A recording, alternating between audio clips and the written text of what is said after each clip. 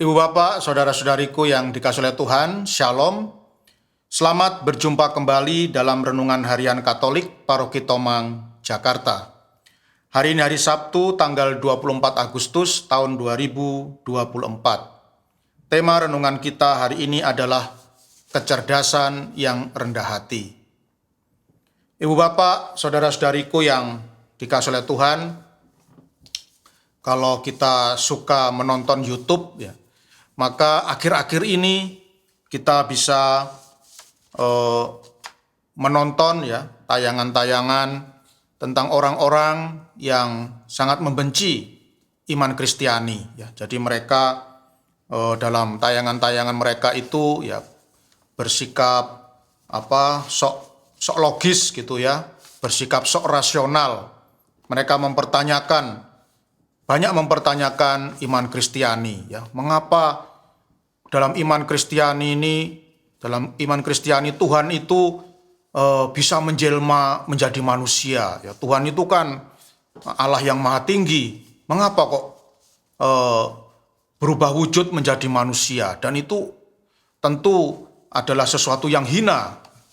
Mengapa Tuhan kok bisa mati di dalam iman Kristiani? Bukankah itu sangat merendahkan Tuhan? Lalu mengapa Tuhan itu mati dengan cara yang sangat hina, sangat mengenaskan, mati tergantung di kayu salib. Orang Kristen itu, orang Kristiani itu, orang Katolik itu menghina Tuhan. Jadi mereka memikirkan Tuhan itu dengan pikiran-pikiran yang sangat menghinakan Tuhan. Tuhan bisa mati, Tuhan bisa menjadi manusia biasa, Tuhan mati di salib. Heran kita, mengapa orang Kristiani itu kok suka merendahkan Tuhan. Nah, itu adalah pikiran-pikiran mereka, pikiran-pikiran manusia, pikiran-pikiran yang memang kelihatannya logis, rasional, dan bahkan tidak sedikit orang Kristiani yang percaya, kemudian lalu mengikuti ajaran-ajaran mereka, lalu meninggalkan iman Kristianinya, tidak sedikit. Tetapi itu adalah pikiran-pikiran manusia yang dilandasi oleh sikap benci, dilandasi oleh sikap iri dengki kepada orang-orang Kristiani. Jadi sepertinya pikiran mereka itu sangat logis, sangat rasional, tetapi mereka lupa bahwa Tuhan itu tidak selalu bisa memenuhi hukum logika. Tuhan itu tidak selalu memiliki pikiran seperti manusia. Seperti dalam Yesaya 55 ayat 8, Tuhan berfirman, rancanganku bukanlah rancanganmu, jalanmu bukanlah jalanku.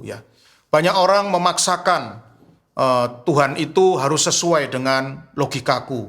Tuhan itu harus sesuai dengan rasioku. Nah, jadi memaksa Tuhan untuk sejalan dengan logika manusia. Padahal Tuhan itu belum tentu pikirannya sama dengan pikiran kita. Tuhan mau jadi manusia biasa, Tuhan mau mati untuk menebus dosa manusia, yaitu terserah Tuhan. Kita tidak bisa mengatur Tuhan sesuai dengan pikiran manusiawi. Dan hal ini sama dengan yang terjadi pada diri orang-orang Farisi. Orang-orang Farisi itu adalah orang-orang yang sangat cerdas, tetapi mereka adalah orang-orang yang sombong juga. Mereka cerdas sekali, tetapi mereka juga orang-orang yang sangat sombong. Sehingga mereka pun sulit untuk bisa mengenal Allah. Karena mereka selalu menyombongkan kecerdasan mereka, dan itu pun juga ditambahi dengan kebencian dan sikap iri dengki. Maka banyak sekali, itulah yang membuat orang-orang Farisi sangat sulit menerima pengajaran-pengajaran dari Tuhan Yesus, karena mereka sangat menyombongkan kecerdasannya. Nah, ibu bapak, saudara-saudariku yang dikasihi oleh Tuhan, ada seorang tokoh dalam Ordo Karmel namanya Edith Stein. Ya, dia adalah seorang yang sangat pandai. Dia adalah seorang doktor filsafat, ya, seorang wanita doktor filsafat, dan dia adalah termasuk penggagas dari aliran filsafat fenomenologi. Ya, jadi aliran filsafat fenomenologi ini dikembangkan oleh seorang filsuf bernama Edmund Husserl. Ya. Lalu Edith Stein ini adalah murid istimewa, ya, murid kesayangan dari Edmund Husserl dalam mengembangkan aliran filsafat fenomenologi. Dia adalah seorang yang sangat pandai, tetapi dia sekaligus orang yang rendah hati.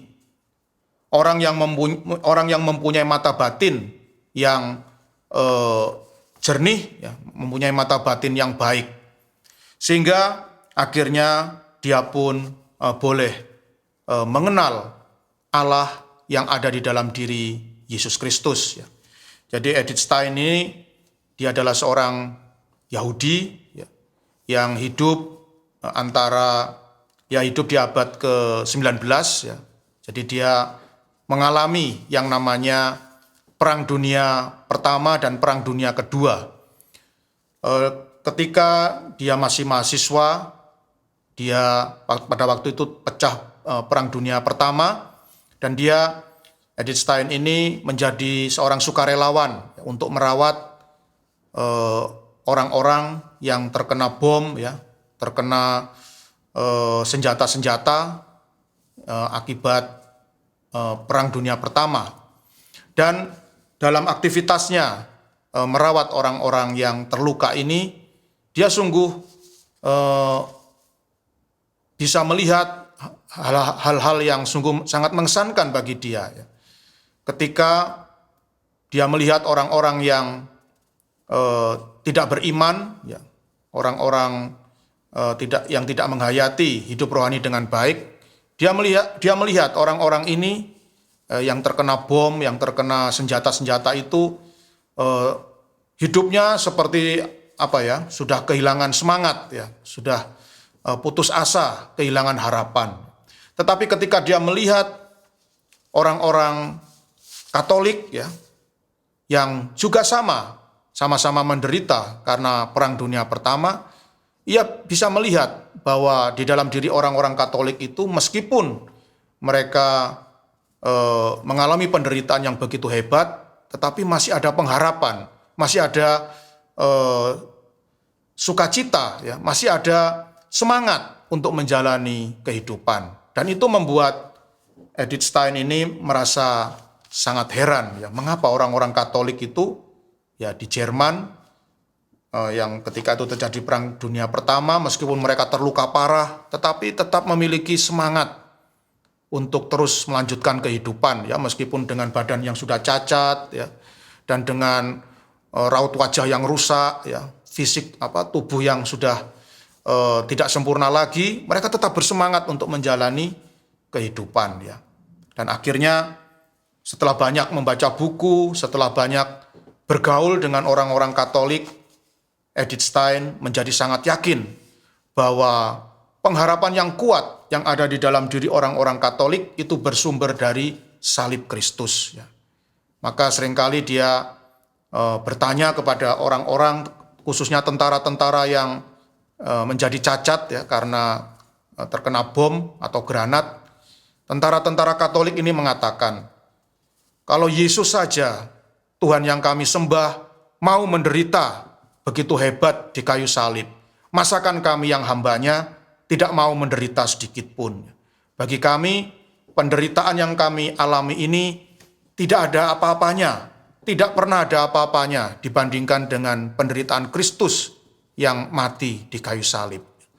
Maka sadarlah Edith Stein ini bahwa kekuatan orang-orang Katolik sehingga masih mampu berpengharapan di tengah-tengah penderitaan tidak lain bersumber dari salib Kristus, ya.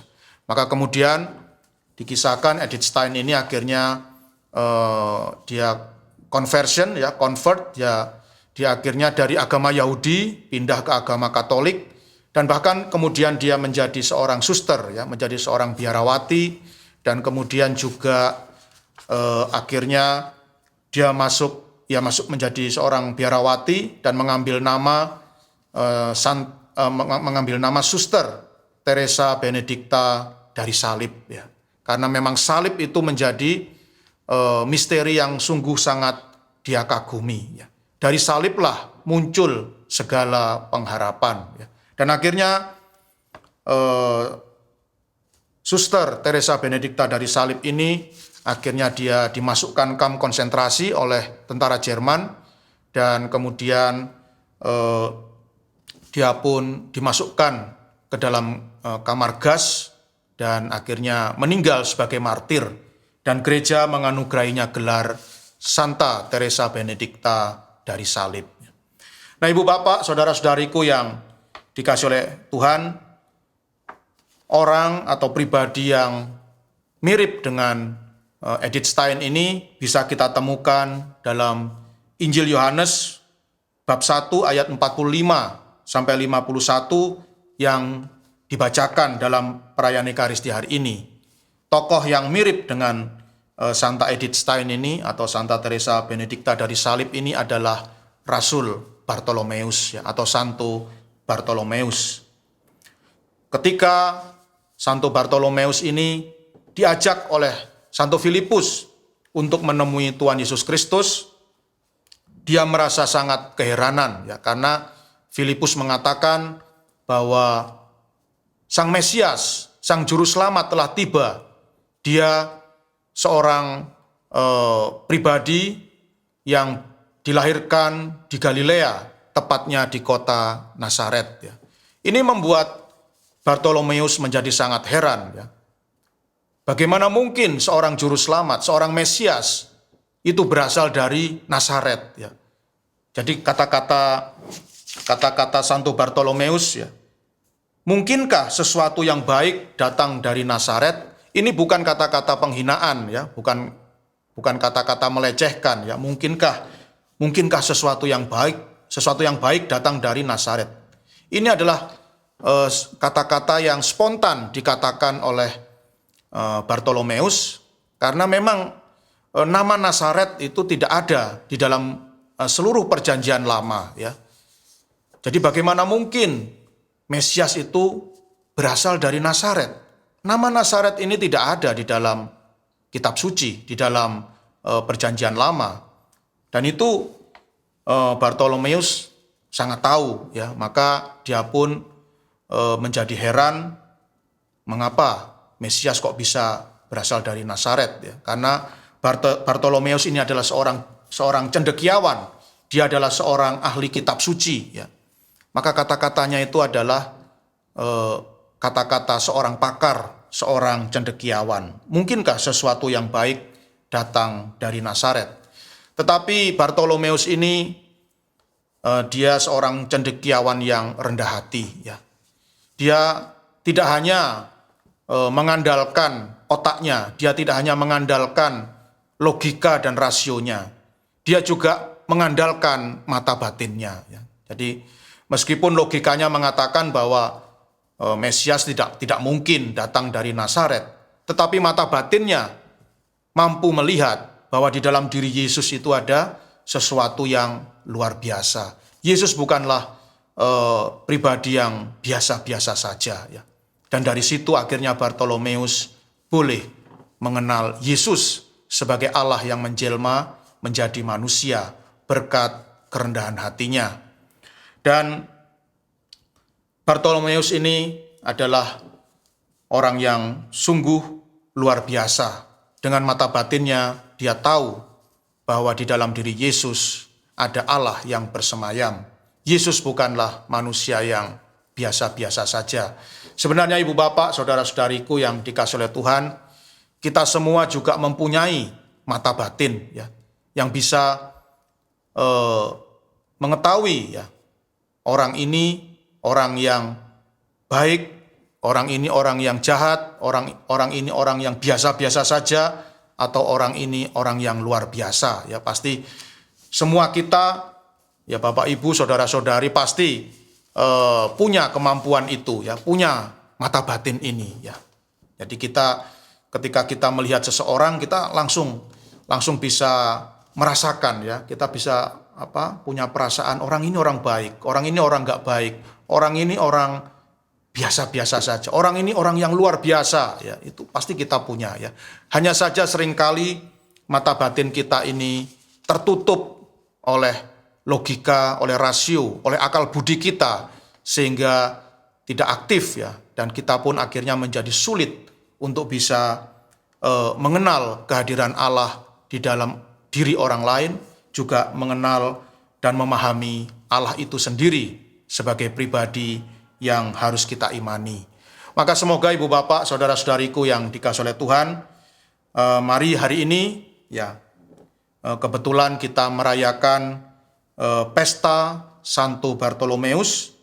Mari kita teladani sikapnya ya. Jadi saya yakin kita semua ya, Bapak Ibu, saudara-saudari, semuanya adalah orang yang pandai ya, semuanya adalah orang yang diberi akal budi yang kuat oleh Tuhan. Tetapi mari kita jangan bersikap sombong ya, seperti orang-orang Farisi.